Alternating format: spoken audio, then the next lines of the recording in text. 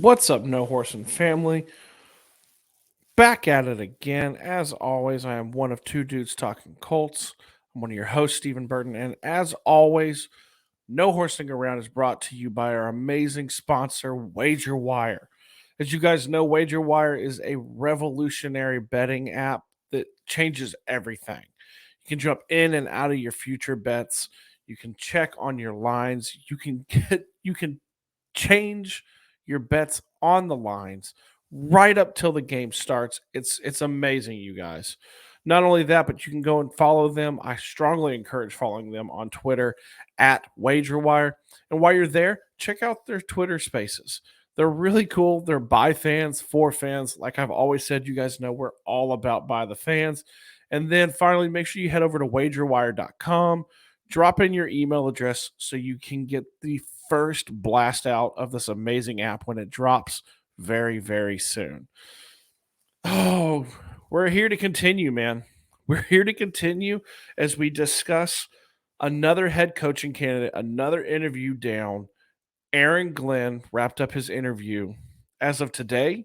Today. Uh, I gotta admit, Aaron Glenn is probably one of the coaches that excites me probably the least in regards to the Colts in general. Um, he was one of the first requests. You know, we did see that. He was requested at the same time as Ben Johnson, who a lot of people are really, really excited about, but not too excited. I think some of it comes from the defense was not good in Detroit this year. There was actually talk of he could be fired at one point, and you're interviewing for your head coach. So let's do what we always do when we're talking about these candidates, as we've done on like the last six. Let's give you guys a little bit of a deep dive, a little bit of understanding in regards to who Aaron Glenn is. Aaron Glenn is probably more well known for his playing career, an amazing playing career. Probably most well known as a member of the New York Jets, where he played under Bill Parcells for several years, played for the Texans, the Jaguars, a couple other teams, and then he retired and kind of went over into coaching. And you guys know I've loved giving you guys kind of this deep dive understanding as it pertains to what are these connections? Who has he coached with? How does that open up the coaching tree? Really and truthfully, the hardest thing when you're looking at Aaron Glenn is he doesn't really have a big, wide coaching tree. Spent the majority of his time as a defensive back coach, and other coach is on the defensive side of the ball, kind of. But he did that primarily in New Orleans under Sean Payton. You might say, Steven, well, what about like the D coordinators? Who did he work with? Kind of like we did that deep dive and we found that weird connection between Ajiro Aviro and Jim Harbaugh. And we actually found, I'm trying to remember who we found. We found a connection also between like Zach Taylor and another coach, right? Like we were able to kind of deep dive and find that.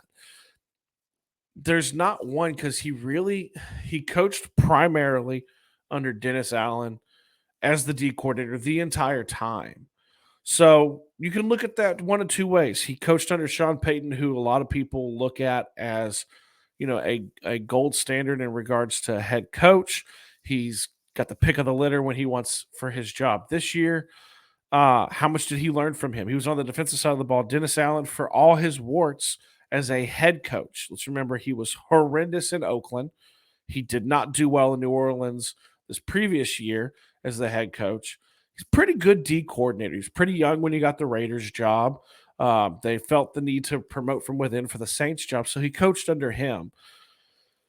But as I'm looking at like the connections and what we see and what kind of staff could he bring, I don't really know what I see because he's very pigeonholed in. Now, this is also a player that this is a coach. I'm sorry. This is a coach that if you're looking at like you want that leader and that guy who can command a room, we've been told that's the case. He was down to the last several candidates. The last cycle, he got very deep, I think, with the Saints for their head coaching job. And obviously that went to Dennis Allen. But does he have kind of the pull? I know he was a name that a lot of people weren't really hot on. It's going to be really interesting with him, right? It's going to be interesting. Can he do those different things? But if there are people out there who are like, I still want Jeff Saturday, I don't know what to tell you, but this is like that, but with coaching experience, right? Like this is an extremely accomplished player who came in and he's kind of cut his teeth moving up the coaching ranks on the defensive side of the ball. And he can command a room, is what we've been told. So you could do a lot worse. He's probably, if I'm ranking all the coaches that they've interviewed so far, he's probably near the bottom for me. And it's got nothing to do with if he's a defensive coach. You guys know two of my top three favorite candidates we've interviewed are DCs. Raheem Morris and Ajiro Aviro are two of my top favorite, and they're both DCs, but they have really strong connections. I just don't see it with him. Uh, I don't know. Maybe he blows their doors off during the interview. I want to hear from you guys. Is this probably the least exciting of all the candidates? I mean, we were excited about Bubba because we know Bubba. And although a lot of people weren't sure about Eric Bieniemy, that's a huge name. Is Aaron Glenn probably your least favorite? Is he the one that doesn't really tickle your fancy the most? Make sure you guys drop all that in the comments. We've really enjoyed doing these videos. Coming up in the next week, I imagine we're going to be doing more because other coaches are going to become available to meet. D'Amico Ryans, Ken Dorsey, Leslie Frazier, right? Those are ones that you're going to potentially be able to meet and talk with.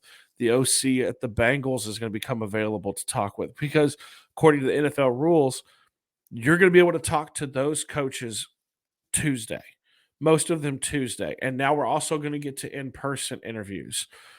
Two things I want to end this out with before we kind of end this too is one, be patient, you guys. A lot of people are saying, we're down with the first round.